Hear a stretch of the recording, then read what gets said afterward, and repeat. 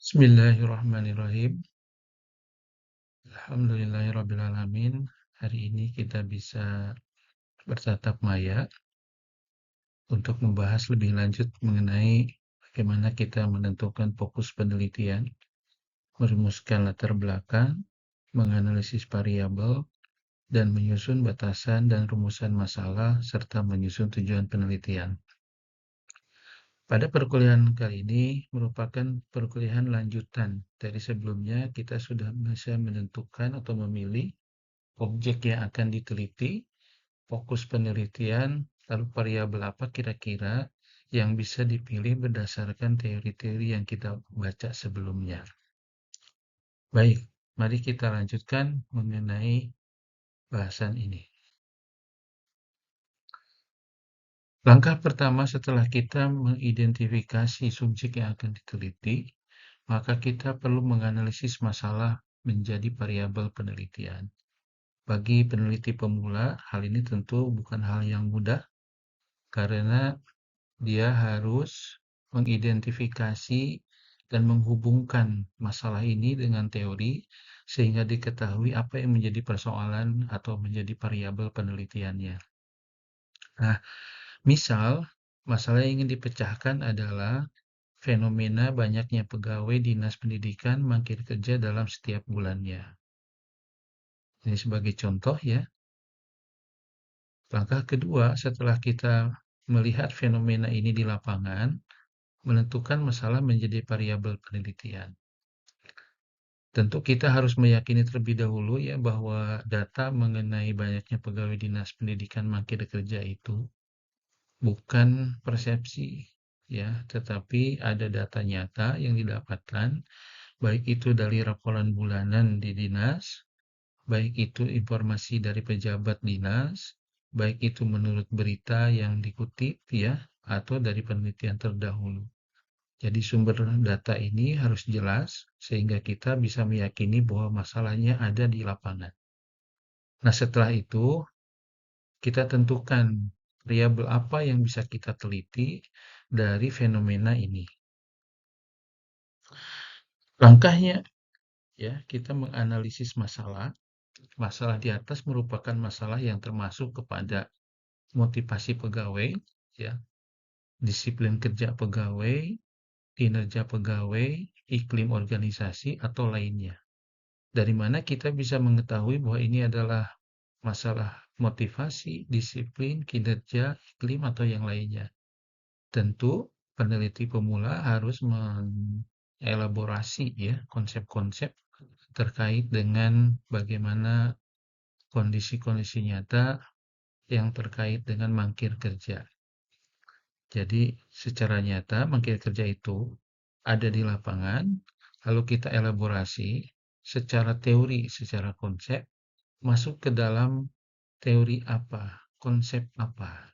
Nah, baru kita nanti bisa mengelaborasi dari pendapat-pendapat ahli, apa yang dimaksud dengan motivasi, apa yang dimaksud dengan disiplin kerja, dan lain-lain. Yang kedua, selain masalahnya, kita juga menganalisis sebab masalah. Apa yang menyebabkan banyak pegawai dinas ini mangkir? Ya, di antaranya kita menduga berdasarkan bacaan kita pada penelitian-penelitian terdahulu, pendapat-pendapat ahli, atau teori-teori tertentu yang kita baca sebelumnya. Misal, itu disebabkan karena kepemimpinan organisasi yang tidak efektif. Atau bisa jadi karena konflik dengan rekan kerja, bisa jadi karena kepuasan kerja rendah, bisa jadi motivasi kerja rendah, atau lainnya. Nah, sahabat-sahabat sekalian, jadi untuk bisa menentukan sebab masalah ini tentu seorang peneliti pemula harus mencoba mengelaborasi terutama bagaimana riset-riset terdahulu ya, atau riset-riset yang sudah dilakukan oleh peneliti lainnya. Apa sebenarnya sebab-sebab yang memungkinkan terjadinya pegawai itu mangkir kerja. Yang ketiga, peneliti harus menganalisis akibat. Apa akibat yang terjadi jika pegawai itu sering mangkir kerja? Misalkan, ya, iklim organisasi tidak kondusif karena sering tidak hadir sehingga mempengaruhi orang lain atau pegawai lainnya, dan ini yang menyebabkan iklim organisasi tidak kondusif. Produktivitas kerja rendah karena tugas-tugas dan target kerja yang tercapai oleh pegawai tertentu ini tidak bisa tercapai. Kinerja rendah karena proses dan hasil kerja yang seharusnya ada dimiliki oleh organisasi tidak terwujud. Budaya organisasi terbentuk negatif, misalnya kalau terus-menerus, karena memang menjadi kebiasaan, dan lain sebagainya. Nah, ini akibat-akibat yang diduga ya bisa menjadi akibat dari mangkir kerjanya pegawai. Nah, kita menganalisis masalah, penyebab masalah, dan akibat dari masalah ini untuk kita bisa menentukan dari peta masalah, baik masalahnya sendiri, sebab atau akibatnya, di manakah kita akan menentukan variabelnya. Kepentingan kita adalah bagaimana kita menentukan variabel penelitian ini. Nah, langkah selanjutnya adalah identifikasi masalah menjadi variabel penelitian ini. Kita menentukan, ya, tadi kita sudah menganalisis masalahnya sendiri, ya, atau fenomena masalahnya. Yang kedua, sebabnya. Yang ketiga, akibatnya. Nah, untuk menentukan masalah menjadi variabel penelitian yang akan kita pilih, maka lihat substansi masalah secara nyata di lapangan. Ya, dalam arti dari sekian banyak eh, masalah yang kita duga dari fenomena masalah, atau dari sekian banyak sebab yang kita duga atau akibat yang kita duga, kita harus menentukan satu masalah yang akan kita fokuskan menjadi variabel penelitian kita. Nah, untuk bisa melihat mana yang tepat ya untuk dipilih, maka kita harus menganalisis secara lebih komprehensif bagaimana fenomena itu terjadi di lapangan. Nah, tentu hal ini memang bisa jadi membutuhkan studi pendahuluan. Artinya peneliti mencoba memahami konteks lapangan, konteks masalah yang diteliti secara lebih terurai, ya, secara lebih detail. Bagaimana kondisi nyatanya. Nah, studi pendahuluan ini bisa saja diwujudkan dalam bentuk turun langsung ke lapangan untuk memastikan kondisinya seperti apa atau fenomenanya seperti apa, sehingga peneliti bisa memiliki gambaran yang utuh mengenai masalah yang diteliti. Atau juga mengidentifikasi melalui telepon atau WA ya, atau secara daring melalui Zoom atau Jimit misalkan, terhadap responden-responden yang terkait dengan fenomena masalah atau sumber data yang terkait dengan masalah yang diteliti. Atau yang jenis lainnya ya, apakah bersurat, melalui email, eh, banyak banyak media yang bisa digunakan oleh peneliti. Nah, setelah kita melihat substansi berdasarkan kondisi di lapangan, maka analisis penyebab masalah tersebut apa ya? Jika sudah didapatkan penyebabnya, lalu kaji penyebab masalah tersebut menurut teori, pendapat ahli atau penelitian terdahulu. Mangkir kerja itu seperti apa gambaran menurut penelitian terdahulu, pendapat ahli atau menurut penelitian yang sudah dilakukan oleh orang lain.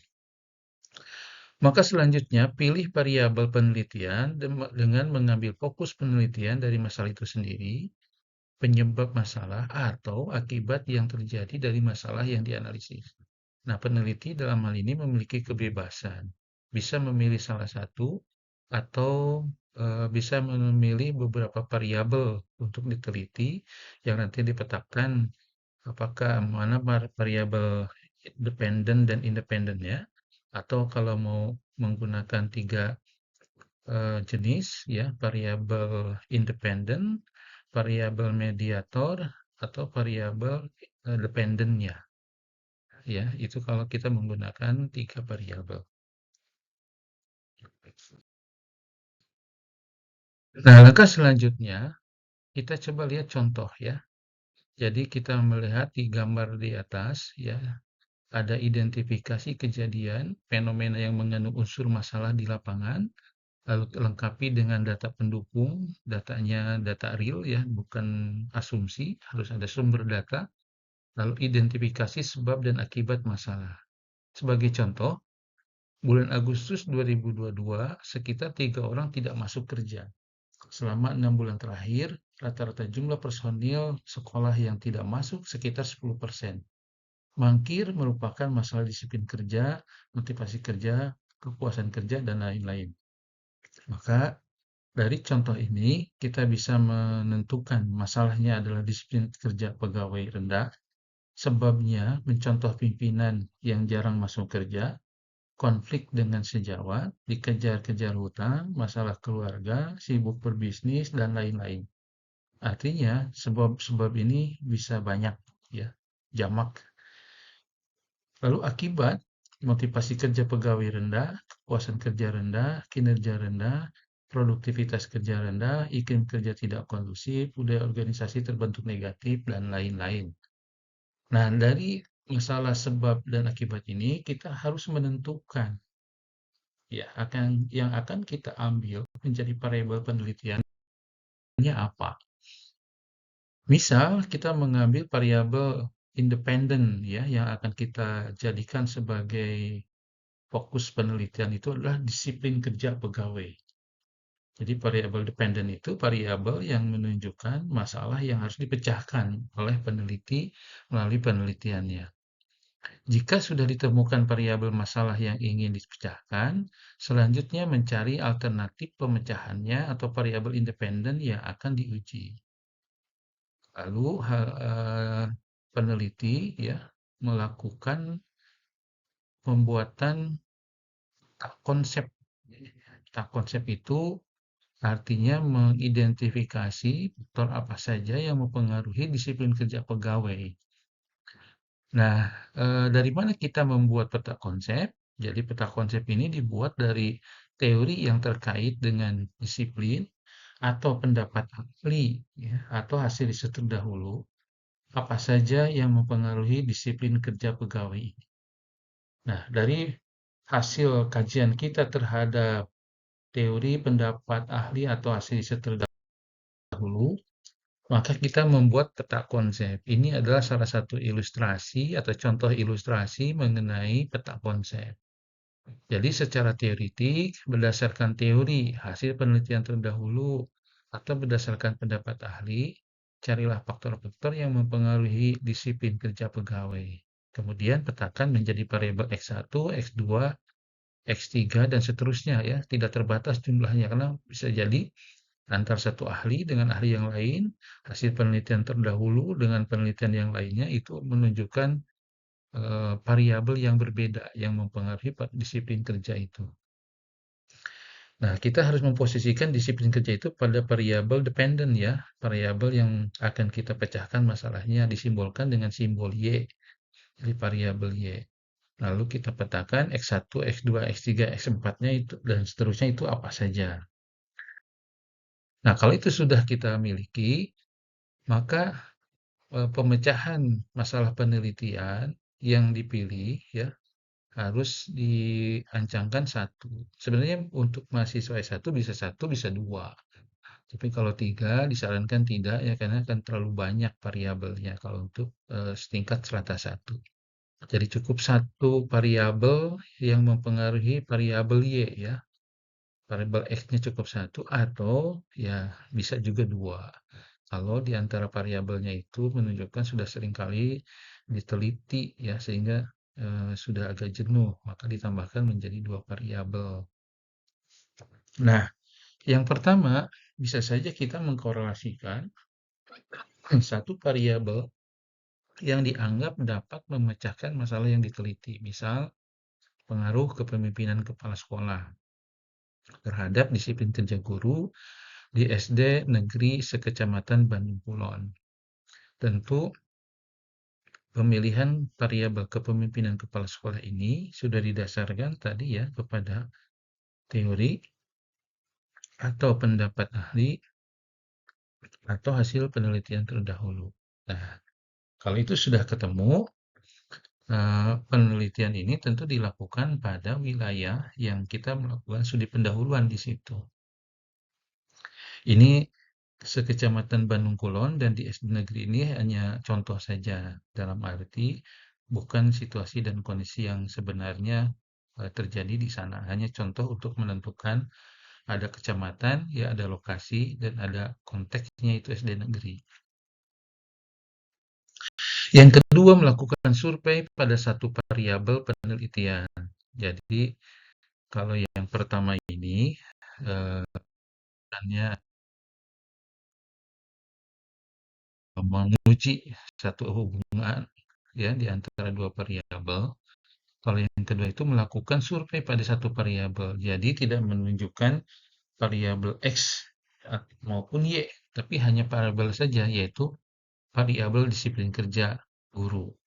Nah, maka di sini yang menjadi fokusnya adalah disiplin kerja guru saja, tidak dihubungkan dengan yang lain. Semisal, analisis disiplin kerja guru SD pada sekolah-sekolah di wilayah pedesaan di Kabupaten Bandung. Jadi fokusnya adalah disiplin kerja guru.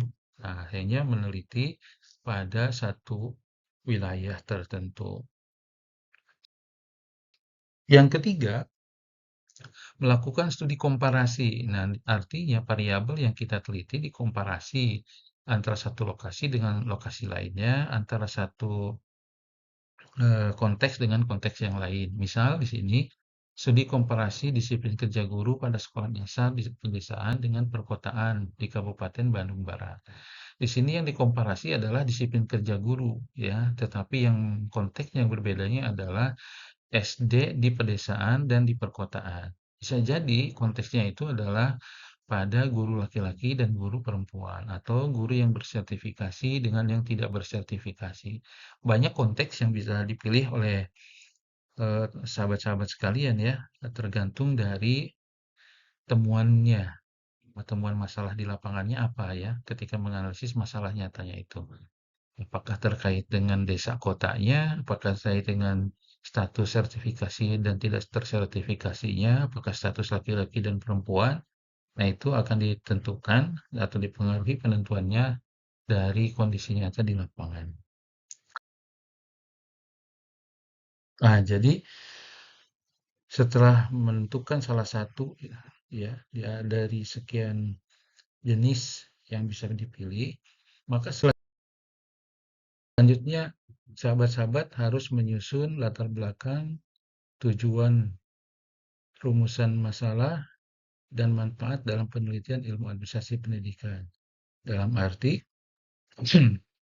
apa saja ya tindak lanjut yang harus dilakukan untuk menyusun sebuah proposal. Nah, ini disebutnya bagian dari bab 1, menyusun latar belakang, tujuan, penelitian, rumusan masalah, manfaat, penelitian.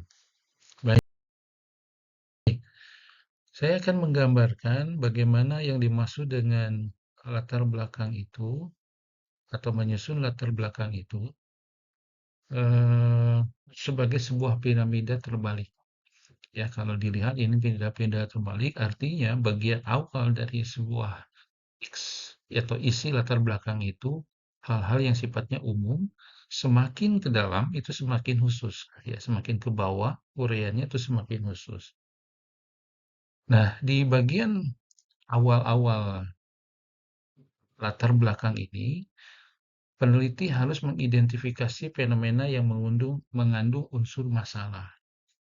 Bisa jadi seperti contoh di atas ya terkait dengan data mangkirnya pekerja di sekolah. Lalu berdasarkan data itu menganalisis sebab akibat dari fenomena yang mengandung unsur masalah, lalu menganalisis masalah menjadi variabel, menganalisis peta variabel berdasarkan teori, pendapat ahli maupun penelitian terdahulu, dan yang terakhir menetapkan akan meneliti apa? Apakah satu variabel, dua variabel, atau lebih dari dua variabel? Nah, ini posturnya ya, postur dari latar belakang. Sebagai contoh ya, kita elaborasi lagi piramida terbalik ini dalam latar belakang. menjadi uraian-uraian yang lebih tinggi, yang lebih fokus.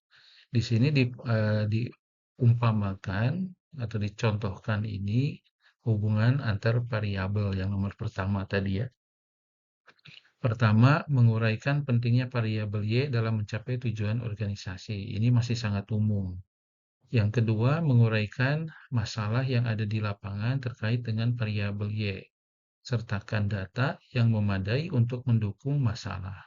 Yang ketiga, analisis sebab dan akibat dari masalah pada variabel Y. Yang selanjutnya, analisis faktor-faktor yang mempengaruhi variabel Y menurut teori, pendapat ahli, dan atau hasil penelitian terdahulu. Lalu selanjutnya, tentukan satu atau beberapa variabel yang akan diteliti untuk diuji dalam memecahkan masalah di lapangan atau untuk memecahkan masalah variabel Y atau variabel dependent-nya. Lalu tegaskan bahwa peneliti akan meneliti variabel Y dan X ya sebagaimana dijelaskan di atas. Nah, kalau di dalam gambar piramidanya sebagaimana dilihat pada gambar berwarna kuning itu ya. Mulai dari sangat umum, luas, semakin fokus ke Y, fokus ke Y, fokus ke Y, lalu fokus XY, lalu fokus XY lagi. Catatannya, untuk latar belakang penelitian kualitatif, yang dideskripsikan bisa masalah atau keunikan atau keunggulan dari objek yang diteliti. Jadi, kalau penelitian kualitatif memang bisa lebih dinamis ya dari sisi fokus yang diteliti. Bisa sesuatu yang menunjukkan masalah, bisa juga menunjukkan yang dia itu menunjukkan keunggulan, keunikan tertentu. Sehingga diperlukan bagaimana diseminasi bagi praktisi-praktisi lain ya tentang keunikan-keunikan tersebut atau tentang masalah-masalah yang dihadapi tersebut secara lebih mendalam. Baik, sekarang bagaimana merumuskan batasan, rumusan, dan tujuan penelitian? Batasan dulu ya, tentang batasan penelitian. Yang dimaksud batasan penelitian itu ada dua. Ada batasan secara konseptual atau secara teoritik, dan ada batasan secara kontekstual atau secara praktik atau secara lapangannya. Contoh batasan konseptual. Nah, ini contoh dalam bentuk kalimat ini ya. Secara konseptual, penelitian mengenai disiplin kerja pegawai meliputi indikator disiplin kerja. Jadi yang dimaksud di sini adalah bahwa ketika meneliti tentang disiplin kerja pegawai, bisa saja ya kita meneliti mengenai indikator disiplin kerja, bisa jadi mengenai bentuk-bentuk disiplin kerja, pembinaan disiplin kerja, faktor-faktor yang mempengaruhi disiplin kerja. Nah, identifikasi ruang lingkup teori atau konsep disiplin kerja. Jadi, pada batasan konseptual ini, secara teori, kalau kita mengkaji mengenai disiplin kerja, bisa kita teliti apa saja, ya. Ingat tentang ilustrasi saya pada perkuliahan terdahulu mengenai penelitian orang-orang terhadap seekor gajah. Ada yang fokus di kepalanya, ada yang fokus di belalainya saja, ada juga di kakinya, ada yang di perutnya, dan ada yang di buntutnya ya. Ini masing-masing meneliti fokus yang terbatas atau fokus yang memang dibatasi. Kalau tidak dibatasi, maka dia tidak bisa melakukan penelitian keseluruhan, khususnya kaitan dengan waktu, dengan sumber daya yang dimiliki, sehingga visibilitasnya akan susah untuk dilaksanakan kalau tidak dibatasi. Berdasarkan ruang lingkup tersebut, secara konseptual, penelitian ini akan dibatasi pada indikator disiplin kerja. Nah, ini sudah memilih salah satu ya indikatornya yang akan diteliti. Tapi sebutkan alasannya mengapa peneliti memilih fokusnya itu pada indikator, bukan pada bentuk-bentuknya, bukan pada bagaimana pembinaan disiplin kerja atau yang lainnya. Nah, di sini peneliti harus memiliki alasan yang kuat ya mengapa membatasi penelitiannya pada aspek tertentu. Nah, selanjutnya bagaimana kita merumuskan batasan ini? Batasan penelitian konseptual atau teoretik kontekstual praktik lapangan yang konseptual sudah disampaikan sebelumnya. Nah, sekarang bagaimana contoh batasan kontekstual atau praktik. Mari kita lihat secara kontekstual, penelitian mengenai disiplin kerja pegawai ada di SD, SMP, SMA, SMK, SLB. Bisa saja di dinas pendidikan juga ada, lembaga diklat pun ada, satuan pendidikan lainnya pun bisa jadi terjadi. Nah, ini menunjukkan bahwa masalah tentang atau masalah kondisi nyata di lapangan ini bisa banyak terjadi di berbagai instansi, berbagai organisasi. Tentu harus memilih ya, memilih salah satunya. Berdasarkan ruang lingkup tersebut, secara kontekstual, penelitian ini akan dibatasi pada sekolah dasar.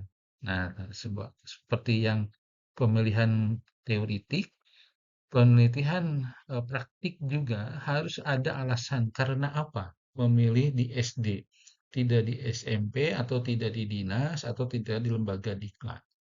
Tentu ini bisa lebih mudah kalau dikaitkan dengan fenomena masalah yang dihadapi dan dianalisis ya oleh peneliti sebelumnya. Baik, sekarang kita beralih ke rumusan masalah penelitian. Nah, yang dimaksud dengan rumusan masalah penelitian adalah fokus-fokus yang akan diteliti oleh atau dijawab oleh peneliti ya melalui proses penelitian. Dibuat secara spesifik mengenai masalah yang akan dipecahkan melalui penelitian. Contoh rumusan masalah penelitian dari judul pengaruh kepemimpinan kepala sekolah terhadap disiplin kerja guru di SD Negeri Sekecamatan Bandung Kulon. Ini contoh yang sudah ada di atas. Yang pertama, bagaimana kepemimpinan kepala sekolah dasar negeri sekecamatan Bandung Kulon. Jadi yang pertama adalah kita mengidentifikasi atau ingin mengungkap bagaimana variabel X-nya ya, variabel X atau variabel independen. Yang kedua, bagaimana disiplin kerja guru-guru di sekolah dasar negeri sekecamatan Bandung Kulon. Kita ingin mengungkap bagaimana kondisi nyata variabel disiplin kerja atau variabel Y pada lokasi penelitian kita. Dan yang terakhir, yang ketiga, seberapa besar pengaruh kepemimpinan kepala sekolah terhadap disiplin kerja guru-guru SD negeri sekecamatan Bandung Kulon. Ini yang ketiga merupakan pertanyaan masalah yang mempertanyakan ya tentang besaran pengaruh dari variabel X kepada variabel Y atau dari kepemimpinan kepala sekolah terhadap disiplin kerja guru-guru. Nah, sahabat-sahabat sekalian, kalau rumusan masalah ini sudah dibuat secara ajak, tentu untuk rumusan masalah yang kualitatif itu agak berbeda ya, dilihat dari bagaimana cara merumuskannya ya. Tidak ada pengujian terhadap hubungan antar variabel. Sebagai contoh, kita ambil dari contoh yang tadi di atas, judulnya Analisis Disiplin Kerja Guru pada Sekolah yang Dikategorikan Unggul. Studi kasus di SD Negeri X dan SD Al-Qudwah misalkan ini ya. Ini dari contoh yang terdahulu. Lalu rumusan masalahnya apa? Atau seperti apa? Yang pertama, bagaimana kondisi disiplin kerja guru di SDNX dan SD Al-Qudwah? Ya, mengidentifikasi kondisi nyatanya seperti apa. Yang kedua, apa saja faktor pendukung dan penghambat kedisiplinan kerja guru di SDNX dan SD Al-Qudwah. Nah, selain kita ingin mengetahui bagaimananya, kita juga ingin mengetahui faktor apa saja yang mempengaruhinya.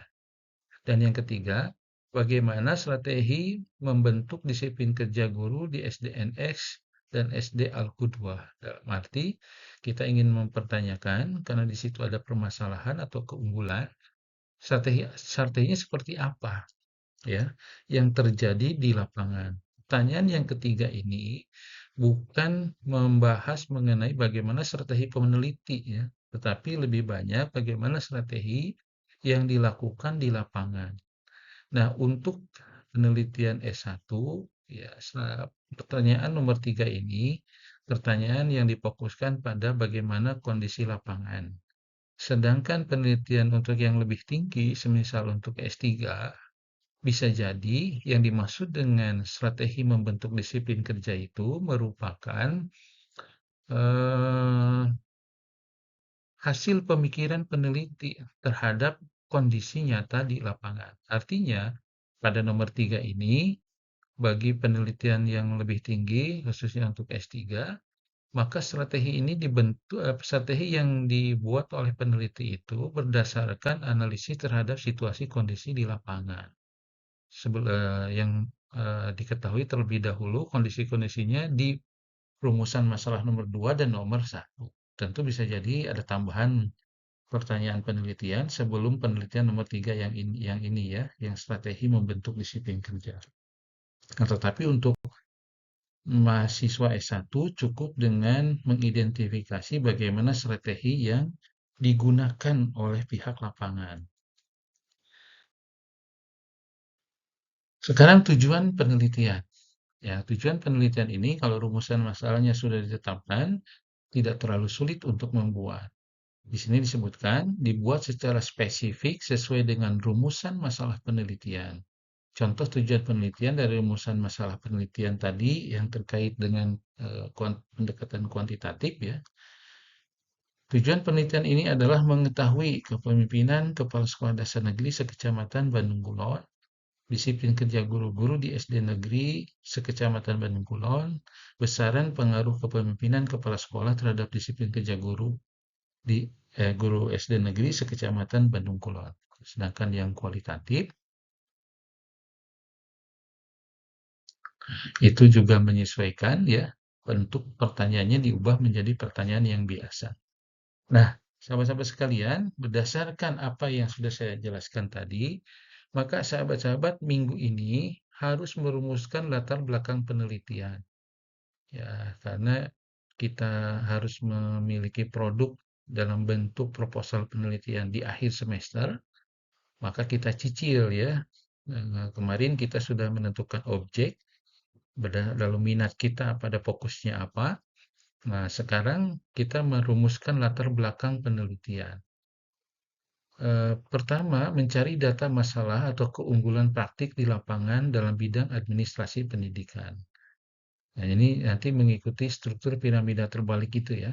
Menganalisis masalah, sebab dan akibat atau keunggulan, memfokuskan apa yang akan diteliti, mendeskripsikan fokus penelitian secara teoritik, jika variabelnya lebih dari satu, jelaskan apa kaitan antar variabel menurut penelitian terdahulu, jika variabelnya lebih dari satu, jelaskan urgensi pemecahan masalah penelitian melalui variabel independen. Artinya kalau nomor 5 dan nomor 6 ini hanya satu variabel, ya maka yang diungkapkan apa urgensi meneliti mengenai variabel tersebut. Jadi satu kalau hanya menelitinya satu variabel atau penelitiannya kualitatif. Oke, sahabat-sahabat sekalian, itu barangkali yang bisa saya jelaskan. Tentu kalau ini menjadi sulit untuk dicerna dalam waktu yang singkat, silahkan ulang-ulang ya untuk mendengarkan penjelasannya. Setelah itu, maka latihkan untuk merumuskan latar belakang penelitian melalui 6 tahap ini atau 5 tahap kalau dia penelitiannya kualitatif. Demikian, terima kasih. Assalamualaikum warahmatullahi wabarakatuh.